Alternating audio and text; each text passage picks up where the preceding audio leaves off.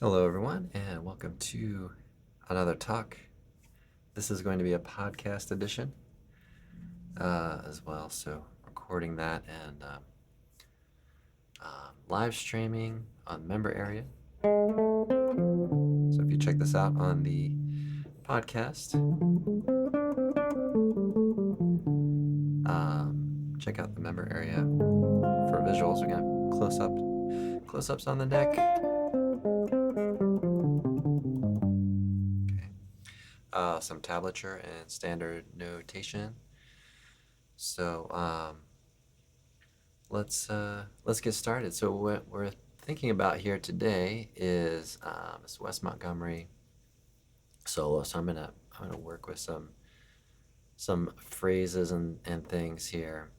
I was just listening to the solo a little bit at a time as well, and we try to gain some insight. So this is part of our theory and fingerboard program here. So really going to try to think about how to apply this, how to learn from another solo, not just to copy it necessarily, which is helpful, but also how to analyze it, maybe do some takeaways and use some concepts for our own soloing and all that. So, all right, so let's see, we've got this set up over here. And I will be keeping this very audio only friendly too. I'll try to do my best to describe some things here as we go.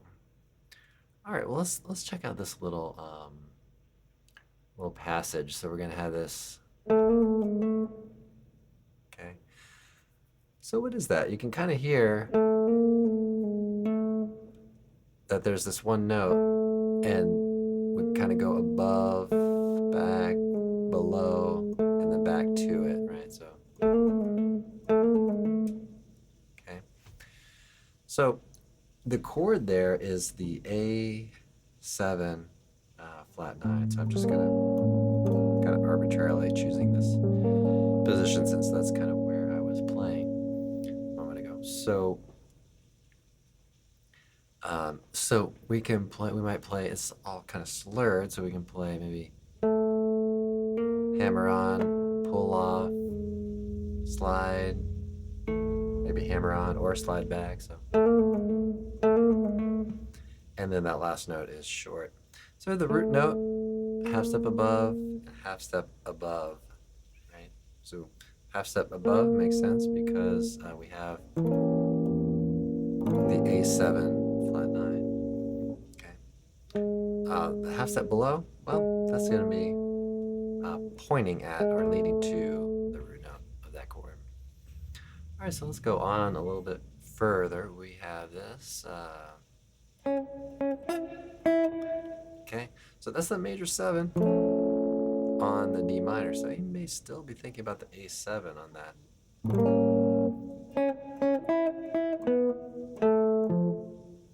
Okay, but it was hard to say. Okay, so we have the 9 of the D minor. We have the 13. Now here we finally really do get the couple of chord tones. We get the 5th of the chord and the 3rd of the chord. So it's really important to be aware, of what we have there, right? So we have that. You might say, okay, maybe that's a major 7 on a D minor. Maybe that's a 9, but probably that's just a little layover from the A7. Okay, and then we have B natural. That's kind of significant because that's more of a consonance on a D minor chord, and then we have the A and the F. Okay, so they're on beats 3 and 4. And then we continue on with a similar kind of rhythm. Try to follow the tabs here. Okay, so what do we have there? Well, our chord is E minor 7, flat 5 at that point. Okay, we have a C natural. Okay, So a non-chord tone, but not one that's really outside of what we would expect. And then, so it's a flat 13. And then we have the flat 5, which is a chord tone. Okay. And then we end up with the E flat on the A7. So we're just going to spell that out. That's going to be a flat 5 on that. Okay. Okay. And then he's going to go to the 5th. So let's check that out. Actually, I'm going up an octave there, so let's go back down.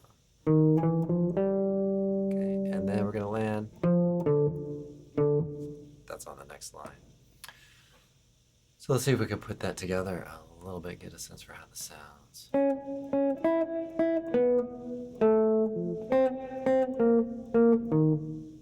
Okay, so we have that. So there's a little call and response, okay? Okay.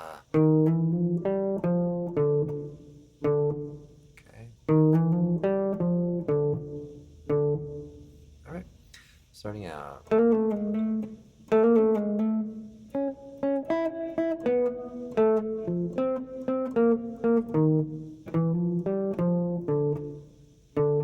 Okay, so really well constructed. You get a little bit of kind of a thematic material with that rhythm. So we got bop, bop, bop, bop, and then we get okay, and then we get something very similar. All right. Now, so we can take that into our own soloing. So we can try to start a little passage with a little effect. So we have this little short rest and then short again, and then that repeats, right? So that's something that we could take. It doesn't have to be that specific thing, right? But it's something there. So that's, and ending it out here with. All right, so let's keep it going. We have. This is a very common rhythm. You'll hear this in a lot of solos. Okay, you get 1, 2, 3, 4, and we're gonna find 2 measures down. We're gonna have that same rhythm apply. So. Okay, so he's gonna make that statement, and he's gonna play something, and he's gonna make that rhythm again, and then play something after that. Okay, so let's check it out from that D minor there. So we have.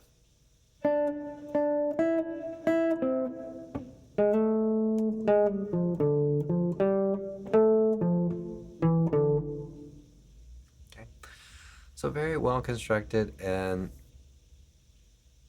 we have some chord tones here and non-chord tones with the 9. We have a little slide into the 5th, and then a kind of a bluesy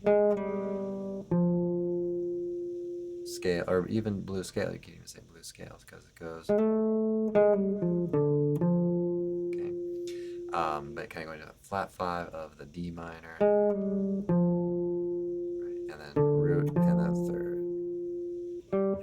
Okay, and then we get B minor 7 flat 5. Okay, a non-chord tone. Pretty similar to what he did on the same chord, but on the E minor 7, right? So we get the flat 6, and then in this case, we're going to flat 7, and then the flat 5. The 11, which is pretty neutral tone on that chord, and then down to the 3rd of that chord. So it's really important to kind of decipher, some of the details on how a note relates, but also how it works in the context of a line. So our next chord is the E7. Okay, so let's see what he does on that.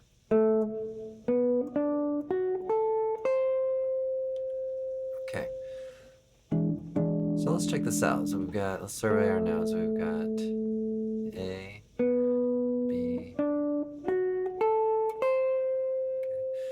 this is almost more like, at least from that third beat, we kind of have a D7, really. If you were just kind of to take that out of context. Right. Okay, so,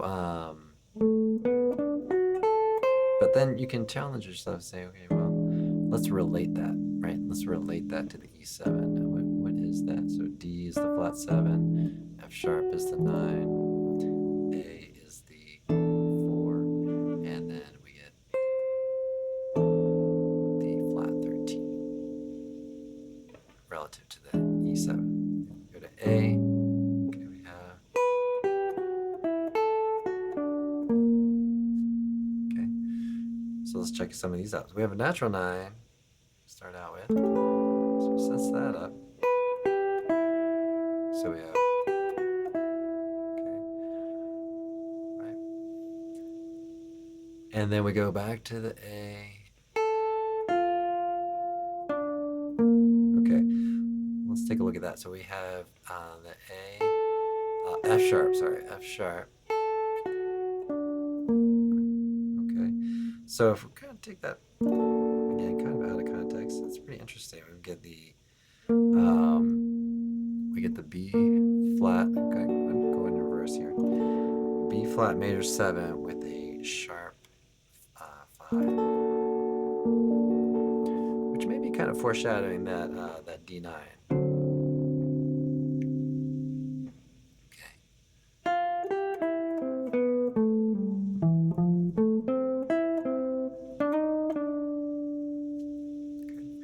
All right, so let's go on. So we have the D9. Notice he plays a sharp 9. Okay.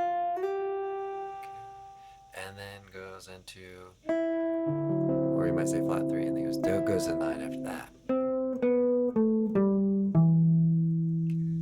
And circles the F, okay? So F is going to be the flat 7 of the G 13. Okay. Right, just kind of stack thirds, so I say, oh, that seems like a F major 7, okay. But it's relative to G. It's spelling out the flat 7, the 9, the 11, and the 13.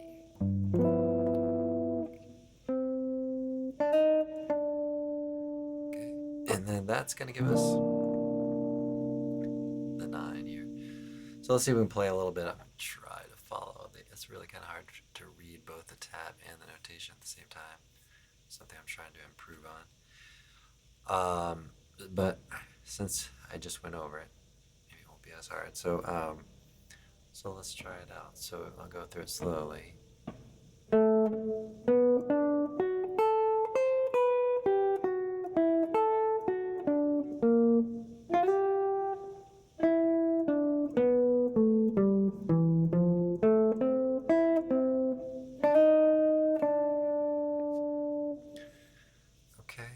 So there's a little bit of an idea. So you can hear that, even outside of having a rhythm section, we can kind of hear the changes happening, right? So we have, next up we ended up on the 9. So it landed on that and it's playing it for a full beat there after that chord comes in. So it's clearly a 9. Okay. So then we play. Now notice these tones. So we have the 9, right? We have the flat 7, okay, and then 5th, 11, and then the 3rd. Okay, it lands on the 3rd on the beat, which is gonna make it sound a little more resolved. So if you're using the 4, it's gonna sound unresolved. If you're using the 3rd, especially on a beat, then it's going to sound somewhat resolved. Okay. All right. So, so again, go through to the 13 here.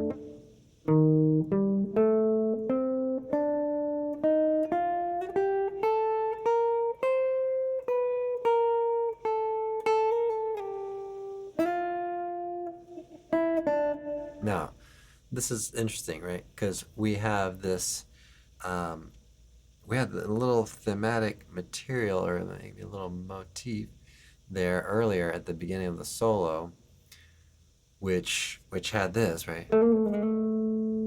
Right. Now he plays similar, not exactly the same. Does start on A, but he's playing down to the G natural this time. So. Okay. And then he's gonna slide up, but we hear this rest after it, right? Because that's what we heard earlier. So it kind of brings it around, right? So you starts us out with some material, repeats it to which I don't know his motivations, but which kind of reestablishes it in our minds, right? Okay, oh, that is something, right? It wasn't just a random thing. So we had that little triplet with the rest in the middle, right? He reestablishes that pretty quickly, and then we don't hear it again for a while. He plays some um, stepwise motion or just kind of melodic content moving through the changes, and then when he goes to wrap up this section, then we hear this, right? We hear this material again. Okay, and then he's going to go into a little bit of a different. Let me move this over a little bit. So he's going to go over into a little different material here for the next section, where he's going to play more chords and excuse me, more of the octave shapes and other chords as well. Okay, so we can think of this as being somewhat sectional in his approach to how he's going through this, right?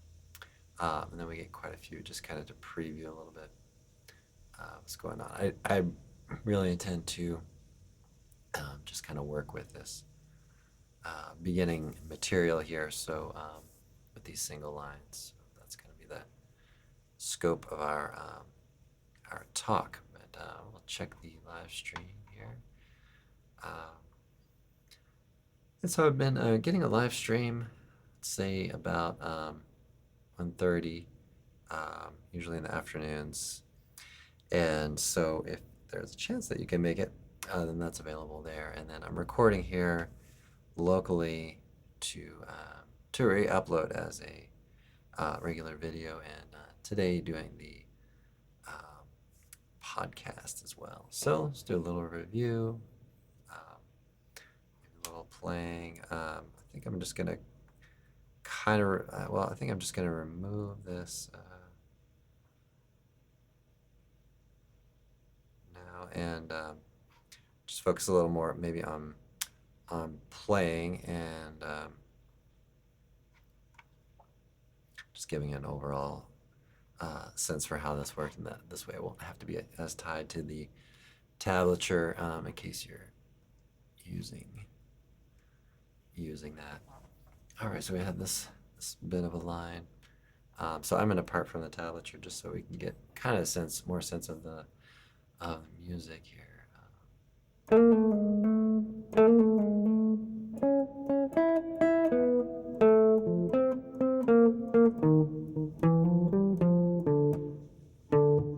Okay, so there's one phrase. Hopefully you can hear that.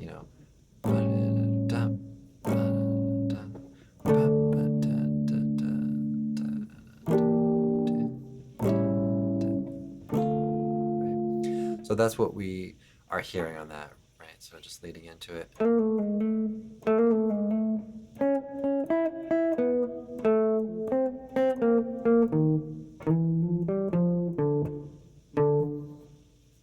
Okay, so let's check out a little bit further here.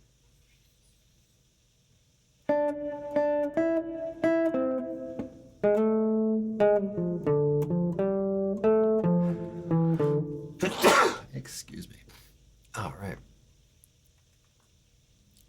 All right. So again, some strong phrasing there. Let me maybe do that again.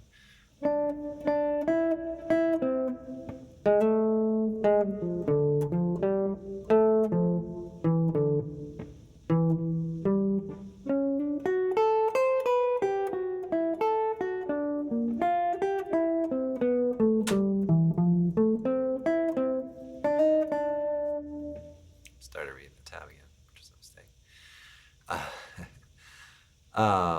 I am really gonna try to reading, the two staffs. It's funny. I was doing some teaching locally for schools and working with the orchestra kids, and it's funny. Even reading like treble clef on the second part of the system, that really throws me off. Um, um, so so anyway, but the other funny kind of things like that, like playing bass. I tend to read bass clef, obviously, and then doing the guitar. And there have been some times where it's been kind of beneficial to be able to read bass clef on guitar, but anyway, um, kind of reading music. All right, let's check it out. So let's see where we're going. From there, let's take it. That looks like a kind of a good line there. So.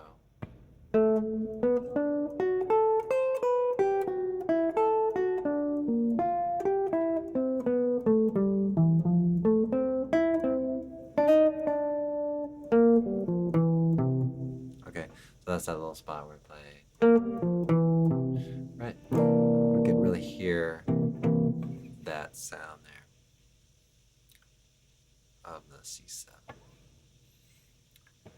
Okay.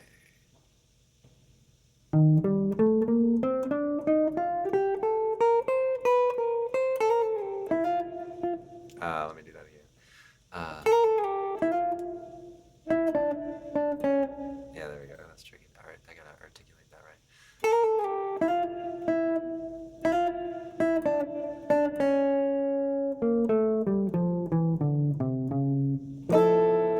So that's pretty cool. You get that chord there. All right. Yeah, to just kind of put that together. Nice.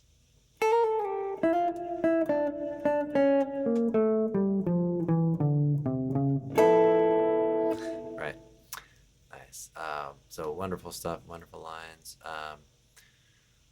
So again, one of the big takeaways here is to try to gain an understanding, even if it's kind of little by little, of the chord tones and non-chord tones. So you might start with, depending on where you are with things, start identifying the chord tones and identifying the strong beats.